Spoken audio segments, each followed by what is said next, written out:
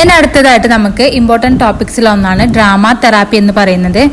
ഈ ഡ്രാമ തെറാപ്പിയെ നമുക്ക് 3 ഭാഗങ്ങളായിട്ടാണ് പഠിക്കാനുള്ളത്. അതായത് ആദ്യം തന്നെ ഡ്രാമ തെറാപ്പീൻ്റെ ഡെഫിനിഷന്, അതിൻ്റെ ഒറിജിന്, അതുപോലെ തന്നെ ഡ്രാമ തെറാപ്പീൻ്റെ ഫോക്കസ്, അതുപോലെ ഡ്രാമ തെറാപ്പി ചെയ്യുന്ന മെത്തേഡ്സ്. അത് ഒന്നാമത്തെ പാർട്ട്. രണ്ടാമതായിട്ട് പറയുന്നത് ഒരു 5 സ്റ്റേജ് തിയറി ഉണ്ട് അത്. പിന്നെ മൂന്നാമത്തെ പാർട്ട് നമുക്ക് പഠിക്കാനുള്ളത് ഡ്രാമ തെറാപ്പിയുടെ ടെക്നിക്സ്. ആദ്യം തന്നെ നമുക്ക് ഡ്രാമ തെറാപ്പി എന്താണെന്ന് നോക്കാം. അതിൻ്റെ ഒരു ഡെഫിനേഷൻ ആണ് ഇവിടെ കൊടുക്കുന്നത്. Drama therapy is the systematic and intentional use of drama or theatre processes, products and association to achieve therapeutic goals. Drama therapy എന്ന് പറയുന്നത് ഒരു സിസ്റ്റമാറ്റിക് ആൻഡ് ഇന്റൻഷണൽ യൂസ് ആണ്. എന്തിൻ്റെത്? ഡ്രാമയുടെയോ അല്ലെങ്കിൽ തിയേറ്ററിലെ പ്രോസസ്സ് അതിൻ്റെയോ അല്ലെങ്കിൽ തിയേറ്റർ പ്രോഡക്റ്റിൻ്റെയോ അല്ലെങ്കിൽ ഇത് രണ്ടിൻ്റെയും, ഈ ഒരു പ്രോഡക്റ്റിൻ്റെയും പ്രോസസ്സിൻ്റെയും അസോസിയേഷനോ ഉപയോഗിച്ചിട്ട് നമ്മൾ തെറാപ്യൂട്ടിക് ഗോൾസ് അച്ചീവ് ചെയ്യുന്നതിനെയാണ് ഡ്രാമ തെറാപ്പി എന്ന് പറയുന്നത്. ഈ ഒരു ഡ്രാമ തെറാപ്പിയിലൂടെ തെറാപ്റ്റിക് ഗോൾസായ സിംറ്റംസ് റിലീഫ് ചെയ്യുക, ഇമോഷണൽ ആൻഡ് ഫിസിക്കൽ ഇന്റഗ്രേഷൻ നേടിയെടുക്കുക, പേഴ്സണൽ ഗ്രോത്ത് എന്നിവ നടക്കുന്നുണ്ട്. ഈ ഒരു ഡെഫിനിഷൻ ഡ്രാമ തെറാപ്പിക്ക് കൊടുത്തിട്ടുള്ളത് നാഷണൽ അസോസിയേഷൻ ഓഫ് ഡ്രാമ തെറാപ്പിയാണ്. അതായത് NADT ആണ്. ഡ്രാമ എന്നുള്ള വേർഡ് വന്നിട്ടുള്ളത് ഗ്രീക്ക് വേർഡിൽ നിന്നാണ്. അതിന്റെ അർത്ഥം വരുന്നത് തിങ്സ് ഡൺ എന്നാണ്. ഒരു ഡ്രാമ തെറാപ്പിയിൽ യൂസ് ചെയ്യുന്നത് ആക്ഷൻ ടെക്നിക്സ് ആണ്. ആക്ഷൻ ടെക്നിക്സ് ആയിട്ടുള്ള role play, drama games, improvisation, puppetry, mask അതുപോലെയുള്ള കാര്യങ്ങളാണ് നമ്മൾ ബിഹേവിയർ ചേഞ്ചസിനും പേഴ്സണൽ ഗ്രോത്തിനും വേണ്ടിയിട്ട് യൂസ് ചെയ്യുന്നത്. ഡ്രാമ തെറാപ്പിയിലൂടെ ചെയ്യുന്നത് നമുക്ക് സ്റ്റോറി ടെല്ലിങ്ങിനെ എൻകറേജ് ചെയ്യുകയാണ് ചെയ്യുന്നത്. ഇതിലൂടെ ക്ലയൻസിന് അവരുടെ പ്രോബ്ലം സോൾവ് ചെയ്യുന്നതിനും ഒരു കത്താർസിസ് അച്ചീവ് ചെയ്യുന്നതിനും അതുപോലെ തന്നെ അവരുടെ ഇമോഷൻസിനെ അവർക്ക് റിലീവ് ചെയ്യാനും ഇത് ഹെൽപ്പ് ചെയ്യുന്നുണ്ട്. ഈ ഒരു ഡ്രാമ തെറാപ്പിയുടെ ഒരു തിയററ്റിക്കൽ ഫൗണ്ടേഷൻ എന്ന് പറയുന്നത് അരിസ്റ്റോട്ടലാണ്. അദ്ദേഹത്തിന്റെ പോയറ്റിക്സിൽ അദ്ദേഹം ഈ ഡ്രാമയുടെ ഫങ്ഷൻസിനെ കുറിച്ച് പറയുന്നുണ്ട്. അതായത് കത്താർസിസ്, അതായത് ഇമോഷണൽ റിലീസ്. കത്താർസിസ് എന്ന് പറഞ്ഞാൽ ഇമോഷണൽ റിലീസ് ആണ്. ഇത് നമ്മളുടെ ഹീലിംഗ് പ്രോസസ്സിനെ, ഇൻഡിവിജ്വൽസിന്റെ ഹീലിംഗ് പ്രോസസ്സിനെ പ്രൊമോട്ട് ചെയ്യുന്നുണ്ട്. ഏകദേശം 1970 കൂടിയാണ് ഈ ഒരു തെറാപ്യൂട്ടിക് ഹീലിംഗ് തെറാപ്യൂട്ടിക് ഹീലിംഗ് എന്നുള്ള വിഭാഗം വന്നിട്ടുള്ളത്. ഇനി ഈ ഒരു ഡ്രാമ തെറാപ്പിയുടെ ഫോക്കസ് എന്താണെന്ന് നോക്കാം. അതിൽ മെയിൻ ആയിട്ടുള്ളത് പേഴ്സണൽ ഗ്രോത്ത് ആണ്. ഈ ഒരു ഡ്രാമയിലൂടെ പാർട്ടിസിപ്പേറ്റ് ചെയ്യുന്നതിലൂടെ ന്യൂ റോൾസ് അവർക്ക് കിട്ടുന്നു. ആ ന്യൂ റോൾസ് അവർ പ്രകടിപ്പിക്കുന്നതിലൂടെ അവർക്ക് തന്നെ ഒരു പേഴ്സണൽ ഗ്രോത്ത്, അവർക്ക് അവരെ തന്നെ മനസ്സിലാക്കാൻ വേണ്ടി സാധിക്കുന്നു. പിന്നെ പറയുന്നത് ഇത് പേഴ്സണിന് മാത്രമല്ല ഒരു കമ്മ്യൂണിറ്റിക്കോ അല്ലെങ്കിൽ അറ്റ് റിസ്ക് ഗ്രൂപ്പ്സിനോ നമുക്ക് ഈ ഡ്രാമ തെറാപ്പി യൂസ് ചെയ്യാവുന്നതാണ്. ഈ ഒരു ഡ്രാമ തെറാപ്പിക്ക് വേണ്ടിയിട്ട് ഫിക്ഷണൽ വർക്ക്സും അതുപോലെ തന്നെ നോൺ ഫിക്ഷണൽ വർക്ക്സും യൂസ് ചെയ്യാറുണ്ട്. ഒരു ഡ്രാമ തെറാപ്പിസ്റ്റിന് ഈ 4 കാര്യങ്ങളിൽ നല്ല അറിവുണ്ടായിരിക്കണം. അതിൽ ഒന്നാമത്തേതാണ് ഡ്രാമ ഓർ തിയേറ്റർ. അതിനെക്കുറിച്ച് നല്ല അറിവുണ്ടായിരിക്കണം. ജനറൽ ആൻഡ് അബ്നോർമൽ സൈക്കോളജിയെ കുറിച്ച് അറിവുണ്ടായിരിക്കണം. മൂന്നാമതായിട്ട് സൈക്കോ തെറാപ്പിയെ കുറിച്ച് അറിവുണ്ടായിരിക്കണം. അതുപോലെ തന്നെ 4ാമതായിട്ട് പറയുന്നത് ഡ്രാമ തെറാപ്പിയെ കുറിച്ച് എല്ലാവിധ അറിവും അയാൾക്ക് ഉണ്ടായിരിക്കണം. എന്നാൽ മാത്രമേ അയാൾ ഒരു ഡ്രാമ തെറാപ്പിസ്റ്റ് ആണ് എന്ന് പറയാൻ പറ്റുകയുള്ളൂ.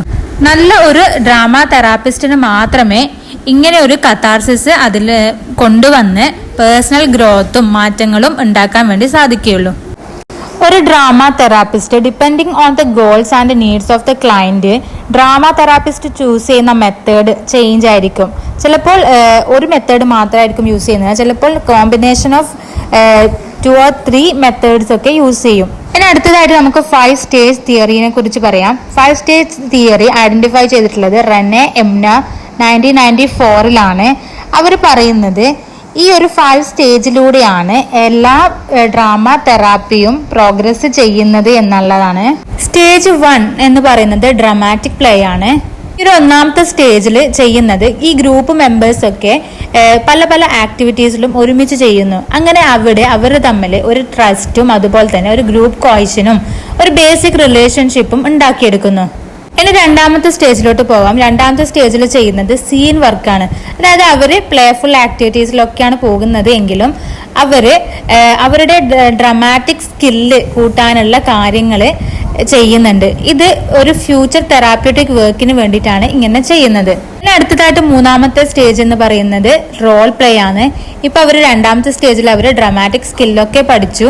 ഇനി റോൾ പ്ലേയിലേക്ക് പോകുമ്പോൾ അവര് ഓരോ ഇഷ്യൂസ് എക്സ്പ്ലോർ ചെയ്യുകയാണ് ചെയ്യുന്നത്. അതായത് ഒന്നുകിൽ അവരുടെ ഗ്രൂപ്പ് ഓൾറെഡി അവർ ചാലഞ്ച് ചെയ്തിട്ടുള്ള അവർ ഫേസ് ചെയ്യുന്ന ഒരു പ്രോബ്ലം ആയിരിക്കാം, അല്ലെങ്കിൽ ഒരു കുടുംബ പ്രശ്നമായിരിക്കാം, അല്ലെങ്കിൽ ഒരു ഫെയറി ടെയിലിൽ നിന്ന് എടുത്തിട്ടുള്ള ഒരു കഥാപാത്രത്തിനെ പറ്റിയായിരിക്കാം. അങ്ങനെ എന്തെങ്കിലും ഒരു സിനാരിയോ അവർ ഏറ്റെടുത്തിട്ട് അവർ റോൾ പ്ലേ ചെയ്യാൻ വേണ്ടിയിട്ട് പോകുന്നു. സ്റ്റേജ് 4 എന്ന് പറയുന്നത് കൾമിനേറ്റിംഗ് എനാക്ട്മെന്റ് ആണ്. അതായത് ക്ലയന്റ് അവരുടെ പേഴ്സണൽ ഇഷ്യൂസ് ഈ ഒരു പ്ലേ കളിക്കുമ്പോൾ അവർ അതിൽ യൂസ് ചെയ്യുന്നു. അവരുടെ റിയൽ പ്രോബ്ലംസ് ആയിരിക്കും അവർ അഡ്രസ്സ് ചെയ്യുന്നുണ്ടാവുക. ഇനി അഞ്ചാമതായിട്ട് ദ ഫൈനൽ സ്റ്റേജ് ആണ്. ഇത് ഒരു ഡ്രാമാറ്റിക് റിച്വൽ ആണ്. ഇതെന്ന് പറയുന്നത് ഒരു ക്ലോഷർ ഓഫ് ദ ഗ്രൂപ്പ് ആണ്. ഇനി അടുത്തതായിട്ട് നമുക്ക് ഡ്രാമ തെറാപ്പി ടെക്നിക്ക് നോക്കാം. ഈ ഒരു ഡ്രാമ തെറാപ്പി ടെക്നിക്ക് എന്ന് പറയുന്നത് ഓരോ തെറാപ്പിസ്റ്റും ഓരോ വിധത്തിലാണ് യൂസ് ചെയ്യുന്നത്. ഓരോ സെഷനിലും ഓരോന്നായിരിക്കും യൂസ് ചെയ്യുന്നത്. അപ്പോൾ ഇതിൽ കോമൺ ആയിട്ടുള്ള ചില കാര്യങ്ങളാണ് നോക്കുന്നത്. അതിൽ ഒന്നാമത്തതാണ് യൂസ് ഓഫ് മെറ്റഫർ. ഒരു ഇമോഷനെ അല്ലെങ്കിൽ പ്രോബ്ലത്തെ മെറ്റഫറിക്കലി ആണ് ഇവിടെ റെപ്രസെന്റ് ചെയ്യുക. എക്സാമ്പിൾ പറയുകയാണെങ്കിൽ ഒരു ആങ്കറിനെ ഒരു വോൾക്കാനായോ അല്ലെങ്കിൽ ഒരു വലിയൊരു ബോംബായിട്ടോ അല്ലെങ്കിൽ ഒരു ഫയർ ആയിട്ടൊക്കെയാണ് റെപ്രസെന്റ് ചെയ്യുന്നത്. ഇത് ക്ലയൻസിൽ അവരുടെ പ്രോബ്ലത്തെ കുറിച്ച് കൂടുതൽ ആഴത്തിലുള്ള ഒരു ഇൻസൈറ്റ് ഉണ്ടാക്കുവാനും അവരുടെ ആ ഒരു ഇമോഷൻ അവരുടെ ജീവിതത്തിൽ എങ്ങനെയാണോ പോസിറ്റീവായിട്ടാണോ എടുക്കേണ്ടത് അല്ലെങ്കിൽ നെഗറ്റീവായിട്ടാണോ വന്നിട്ടുള്ളത് എന്നുള്ളതൊക്കെ മനസ്സിലാക്കാൻ അവരെ ഹെൽപ്പ് ചെയ്യുന്നു. രണ്ടാമത്തെ ടെക്നിക്കാണ് കോൺക്രീറ്റ് എംബഡിമെന്റ് എന്നുള്ളത്. ഇവിടെ ചെയ്യുന്നത് ക്ലയന്റിന്റെ ബോഡി അവർക്ക് അറിയാത്ത ഒരു അബ്സ്ട്രാക്റ്റ് ആയിട്ടുള്ള ഒരു ഇമോഷൻസിനെ അല്ലെങ്കിൽ ഒരു പുതിയ ബിഹേവിയറിനെ അവരിലൂടെ പരിചയപ്പെടുത്തുക. ഈ ഒരു എംബഡിമെന്റ് ചെയ്യുന്നതിലൂടെ ക്ലയൻസിന് പുതിയ ഒരു എക്സ്പീരിയൻസ് ലഭിക്കുകയും അതിലൂടെ ന്യൂ എക്സ്പീരിയൻസ് പഠിക്കുവാനും ആ ഒരു ന്യൂ ബിഹേവിയർ അവർക്ക് പ്രാക്ടീസ് ചെയ്യുവാനും സഹായിക്കുന്നുണ്ട്. അവരുടെ ഇപ്പോഴുള്ള ബിഹേവിയറിൽ നിന്നും വ്യത്യസ്തമായ ഒരു ബിഹേവിയർ അതുകൊണ്ട് തന്നെ അവർക്ക് വളരെ കംഫർട്ടബിൾ ആയിട്ട് ആ ഒരു റോള് ചെയ്യാൻ വേണ്ടി സാധിക്കുന്നു. ഇനി മൂന്നാമതായിട്ടുള്ളതാണ് ഡ്രാമാറ്റിക് പ്രൊജക്ഷൻ. ഈ ഒരു തെറാപ്പിയിലൂടെ ക്ലയൻസ് അവരുടെ ഉള്ളിലുള്ള അവരുടെ ഇന്റേണലി ഉള്ള ഇമോഷൻസും പ്രോബ്ലംസും ഒക്കെ പുറത്ത് കൊണ്ടുവരുന്നുണ്ട്.